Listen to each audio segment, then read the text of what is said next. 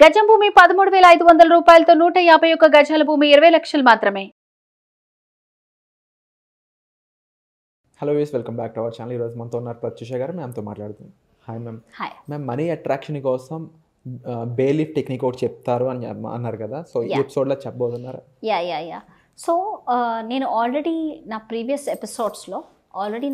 ఎపిసోడ్స్లో నేను అదేంటి మనీ బౌల్ అని గైడ్ చేశాను.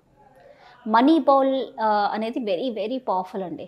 మనీ బౌల్ తయారు చేసుకోవడం, ఇది దీంట్లో కాయిన్స్ వేసేసి, దీంట్లో ఏదైతే క్రిస్టల్స్ ఉంటే క్రిస్టల్స్ వేసి, ఏంజలిక్ క్రిస్టల్స్ వేసి, ఏదైనా గణపతి విగ్రహం పెట్టి ఆ మనీ బౌల్ని మీరు పౌర్ణిమ రోజు ఛార్జింగ్ చేసుకొని, ఛార్జింగ్ ఎలా చేసుకోవాలదంతా నేను పౌర్ణిమ సెషన్స్లో చెప్తాను.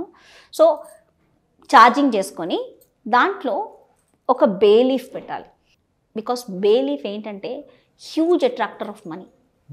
ఈ బే లీఫ్, బిర్యానీ లీఫ్ మనం బిర్యానీలో వేస్తాం కదా, ఆ స్మెల్, అది వేసినప్పుడు ఆ రోజు ఎంత అబండెంట్, మీరు ఆ స్మెల్ కూడా చూడండి. మీరు బిర్యానీ కుక్ అవుతున్నప్పుడు ఆ లీఫ్ వేయగానే మొత్తం ఇల్లంతా స్మెల్ అయిపోతుంది, ఇల్లంతా స్ప్రెడ్ అయిపోతుంది ఆ స్మెల్. ఇంకొకటి, ఈ బిర్యానీ, పన్నీర్ బిర్యానీ తలుచుకుంటామో, మీరు ఏ బిర్యానీ తలుచుకోండి, మీకు ఆ బే లీఫ్ స్మెల్ వస్తుంది.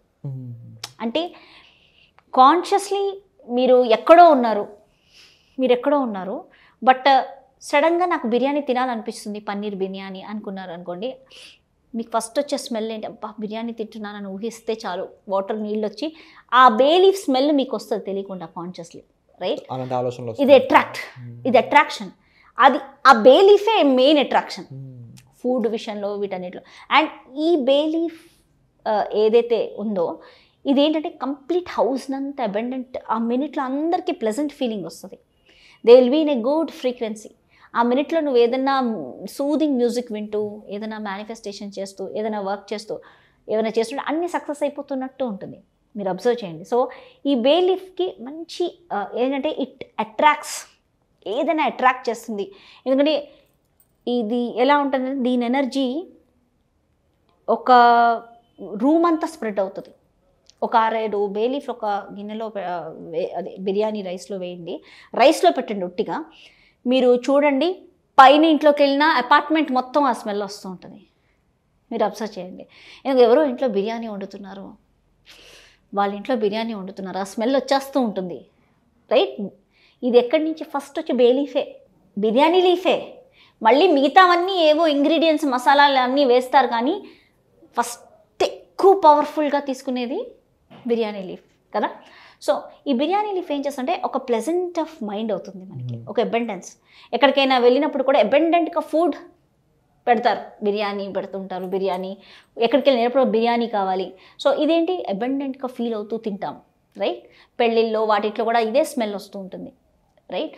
సో ఇదేంటంటే ఒక మంగళప్రదాన్ని క్రియేట్ చేస్తుంది. మంగళప్రదం, ఏది ముట్టుకున్నా నాకు మంగళప్రదం కావాలి, నా యొక్క సంకల్పంలో నాకు మంగళప్రదం కావాలి, నాకు ఇది మంచి జరగాలి అని నువ్వు ఎప్పుడైతే అనుకుంటావో, నువ్వు నీ యొక్క బే లీఫ్ని ఈ మనీ బౌల్లో పెట్టేసి ఉంచేయండి. మనీ బౌల్లో ఓపెన్డ్గా ఉంచవచ్చు, బాక్స్లో కూడా ఉంచవచ్చు. నువ్వు ఎప్పుడైతే బాక్స్లో ఉంచావో, ఆ bay leaf smell will spread into those money coins and all. నువ్వు ఎక్కువ మనీ అట్రాక్ట్ చేస్తావు నీ లైఫ్లో, ఓకే?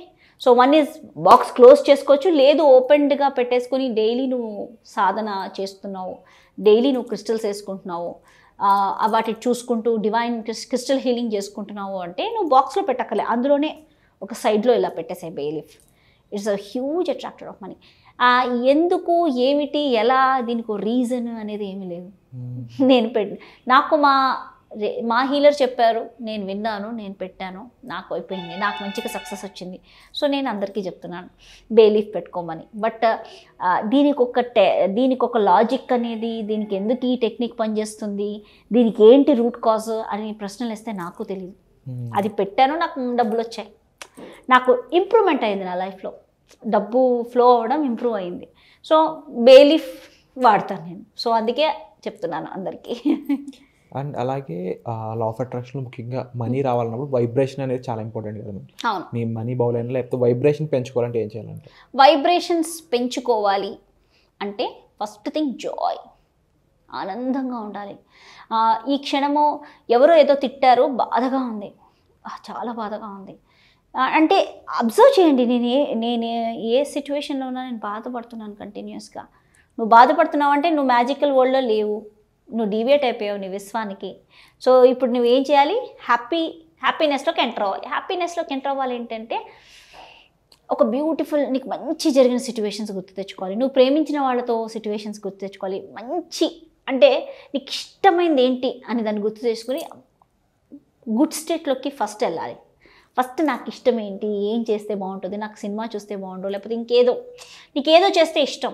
మంచిగా బాల్కనీకి కూర్చొని కాఫీ తాక్కుంటూ ఆకాశాన్ని చూస్తుంటే నాకు ఇష్టంగా ఉంది, మా డాగ్తో ప్లే చేస్తుంటే ఇష్టంగా ఉంది.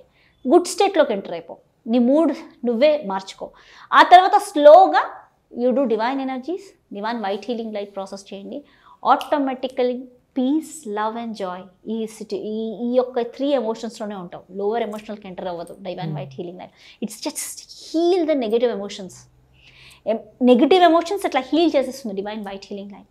So divine white healing light అనేది సబ్ కాన్షియస్ ప్రోగ్రామింగ్లో గైడ్ చేస్తాము. ఆ ప్రోగ్రాంలో డివైన్ వైట్ హీలింగ్ లైట్తో ఎలా సెల్ఫ్గా నీ సబ్ కాన్షియస్ ప్రోగ్రామింగ్ చేయడము, అండ్ నీ యొక్క ఫ్యామిలీని ఎలా హీల్ చేయొచ్చు. నీ ఫ్యామిలీ మెంబర్స్ కూడా కొంతమంది ఇబ్బంది పడుతున్నారు, ఎమోషనలీ డౌన్ అయిపోయి, వాళ్ళని కూడా మీరు హీల్ చేయొచ్చు డివైన్ వైట్ లైట్తో. ఇది సబ్ కాన్షియస్ ప్రోగ్రామింగ్లో గైడ్ చేస్తామండి. అది. సో ఈ గైడెన్స్ తీసుకుంటున్న టైంలో వాళ్ళు ఏమన్నా నియమాలు పాటించాల్సి ఉంటుందంటారు? నియమాలు అనేది లేడీస్కి అనేది పీరియడ్స్లో వాళ్ళు డివైన్ వైట్ లైట్ చేయడానికి లేదు. ఇంకా ఆఫ్టర్ ఫుడ్ చేయకండి, కొంచెం నైట్ మార్నింగ్ థీటా ప్రోగ్రామింగ్ టైంలో చేయండి. That would be better. అంటే ఈ ప్రాసెస్ బ్రహ్మముహూర్తంలో చేయొచ్చు అంటారా? ఆ టైంలో చేస్తే ఎక్కువ పవర్ ఉంటుంది అంటారు? ఎక్కువగా డివైన్ వైట్ లైట్తో సబ్ కాన్షియస్ ప్రోగ్రామింగ్ చేసేది బ్రహ్మముహూర్త టైంలో.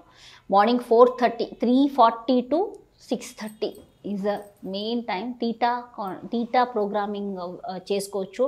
మీ లైఫ్ని మీరు డిజైన్ చేసుకునే టైం వచ్చి ఎర్లీ మార్నింగ్ 3:40 నుంచి 6:30. సో దేవుడు అంత టైం ఇచ్చాడు, కానీ మనం ఆ టైంలో మనకు మాయ గమ్మేస్తుంది. ఈ మాయ ఏమిటంటే అప్పుడప్పుడు ఏమవుద్దంటే కొన్ని డేస్ నాకే అలా అయింది. అంటే నేను 3:40కి లేచి డైలీ సాధన చేస్తూ ఉండేదాన్ని. చేస్తూ ఉన్నాను. తర్వాత లేట్లీ నాకు పిల్లలు మా కిడ్స్ పుట్టారు. మా కిడ్స్ పుట్టిన తర్వాత నైట్ అంతా నిద్రలేదు. వాళ్ళకి పాలు పట్టడం, వాళ్ళకి కూర్చోవడం, నైట్ అంతా వాళ్ళు ఏడవడము, ఎత్తుకోవడం, తిరగడము. సో సమ్వేర్ నిద్ర సరిపోతే బ్రహ్మముహూర్త టైం కూడా ఏ టైంకి లేవు, ఆ టైంలో నిద్ర వచ్చేసేది అనమాట. ఆ టైంకి లేచి ఏమైనా రాయాలంటే నాకు స్ట్రెస్ అయిపోయింది. వాళ్ళు పెరిగేసిన తర్వాత కూడా అలవాటు అయిపోయింది లేజీనెస్. 3:40కి నైట్ నేను అనుకుంటాను మనసులో, లెగవాలి 3:40కి లెగవాలి అని. 3:40కి లెగవాలి అనుకుంటాను, ఏదో ఒక సిచ్యువేషన్ వస్తుంది, మా పాపకు అక్కడమో ఏదో అయిపోతుంది, రాత్రి లేట్ అయిపోయింది, పడుకొని 12 అయిపోయింది, 3:40కి మెలకు వస్తుంది. నా ఇన్నర్ చైల్డ్ నన్ను లేపుతుంది, నేను లేస్తాను. లేచిన తర్వాత కాసేపు పడుకుందాను లేని మళ్ళీ 4:30కి లేచి అప్పుడు మెడిటేషన్ చేస్తాను. అంటే 3:40కి లెగవాలని అలారం పెట్టుకుంటే నేను 4:30, 4:45కి లేస్తున్నాను. అంటే నాకే అది కష్టంగా ఉంది. 4:45, 4:30కి లేస్తుంటాను. అప్పుడు అందరికీ హీలింగ్స్ పంపిస్తూ ఇవన్నీ డివైన్ ప్రాక్టీసెస్ చేస్తూ ఉంటాను. సో నేను బ్రహ్మముహూర్తంలోనే లేస్తున్నా, కానీ ఆ 3:40 టైం ఉంది చూడండి, అది very very powerful. 3:40 to 4:30 time, అది ఇంకా పవర్ఫుల్ టైం ఉండ, అడ్వాన్స్ టైం. ఆ టైంలో అసలు లెగవలేకపోతున్నాను అనమాట. సో అది చాలామందికి కష్టమే. సో మీకు ఏదైతే కంఫర్టో ఆ టైంలో లెగవండి, కానీ బిట్వీన్ 6:30 లోపలే లెగవండి. లేస్తే మీకు థీటా ప్రోగ్రామింగ్ చేసుకోవచ్చు. Wonderful ma'am. Yeah, thank you so much ma'am for wonderful information. Yeah, thank you.